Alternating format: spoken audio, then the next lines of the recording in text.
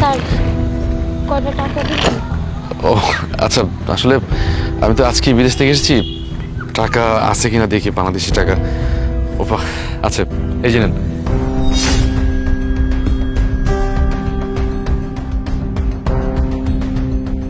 তানিয়া, তুমি এইখানে? তোমার স্বামী বিদেশে থাকে আর তুমি একজন প্রবাসীর বউ হয়ে রাস্তায় বিক্রি করতেছো? ভিক্ষা করবো না তো কি করব? ওই প্রবাসীর বউ হয়ে কি লাভ? যে প্রবাসী কিনা তার বউ আর বাচ্চার কোনো খোঁজ খবর নেয় না। তুমি কি বলতেছো উল্টাপাল্টা কথা? আমি তো প্রতি মাসে তোমার টাকা পাঠিয়ে দিচ্ছি, আর আমি যখনই বাবাকে কল দিছি তোমার সাথে কথা বলতে চাইছি, তখন বাবা বললো তুমি নাকি বারবারই গেছো, তাই তো আমি তোমার সাথে যোগাযোগ করতে পারি নাই। কিন্তু আমি তো প্রতি মাসে যত টাকা লাগে পাঠিয়ে দিচ্ছি, কিন্তু তুমি ভিক্ষা কেন করতেছো? কারণ আমি আজকে ভিক্ষা করতে বাধ্য হয়েছি। এই একটা বছর হয় তুমি দেশের বাইরে, তুমি তো ঠিকমতো খোঁজও নিতে না। তোমার বাচ্চা কেমন আছে, তোমার বউ কেমন আছে কখনো জানতেও চাইতে না। তুমি যখন মাঝখান দিয়ে কোনো খোঁজ খবর নিচ্ছিলে না, তোমার বাচ্চাটাও অসুস্থ হয়ে যাচ্ছিল, ঠিক মতো দুধ পাচ্ছিল না। ওর দুধের জন্য আমি বাবাকেও বলেছিলাম। আমি বাবার কাছে যখন টাকা চেয়েছিলাম, বাবা বলল যে যেই স্বামী বা যেই বাবা তার সন্তান বা বউয়ের কোনো খোঁজ খবর নিতে পারে না, তার বউয়ের কোনো জায়গা নেই আমার বাড়িতে। আমি তো মা, আমি তো আর আমার সন্তানের ক্ষুধা সহ্য করতে পারি না। তার জন্য আমি বাধ্য হয়ে আজকে রাস্তায় নেমেছি ভিক্ষে করার জন্য। কি? আমি তো প্রতি মাসে বাবার কাছে টাকা পাঠিয়ে দিচ্ছি তোমার জন্য, বাচ্চার জন্য, কিন্তু বাবা এমনটা কেন করবে? আর বাবা কি করছে? তোমাকে আমার বাচ্চাকে বাসাতে বের করে দিচ্ছে। যে পরিবারের জন্য বিদেশে মাটিতে মাথার গাম পায়ে ফেলে টাকা ইনকাম করে তোমাদের পাঠাই, যাতে তোমরা একটু ভালো থাকতে পারো। আর আমার বাবা কি করছে? তোমাদের সাথে এত বড় অন্যায় করছে, তোমাদের বাসাতে বের করে দিছে। আজকে বাসা চলো, আজকে বাবার সাথে আমার একটা বোঝাপড়া হবে। তুমি চলো, বাসা চলো, আসো।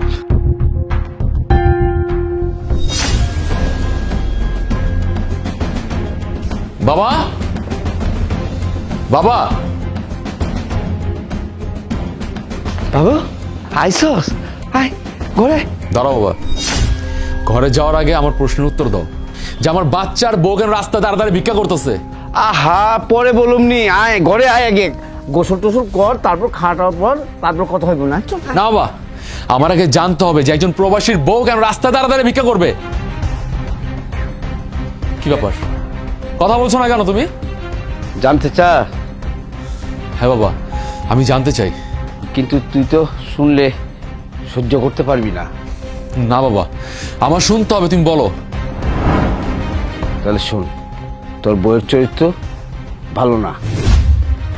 ছি বাবা, আপনি এগুলো কি বলছেন? আমার চরিত্র ভালো না মানে? আপনি এতদিন আমাকে যা অত্যাচার করেছেন আমি সব সহ্য করেছি। আপনার ছেলেকে বিয়ে করে আসার পর এই বাড়িটাকে আমি আমার নিজের মতো করে আগলে রেখেছি, এই সংসারটাকে আমি আগলে রেখেছি। আর আপনি আজকে আমার চরিত্র নিয়ে কথা বলছেন? আমার জায়গায় যদি আপনার মেয়ে থাকতো বাবা, আপনি পারতেন আপনার মেয়ের নামে এত বড় অপবাদ দিতে? আপনি আমার সাথে সাথে আমার সন্তানটাকেও কষ্ট দিয়েছেন, যে কিনা আপনার রক্ত, আপনার বংশের রক্ত। আপনি তাকেও ছাড়েন নাই।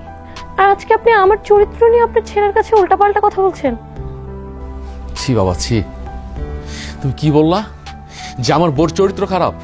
আরে আমার বোর যদি চরিত্র খারাপই থাকতো তাহলে রাস্তায় দাঁড়িয়ে দাঁড়িয়ে ভিক্ষা করে খেত না, ও খারাপ কাজ করে খেতে পারতো।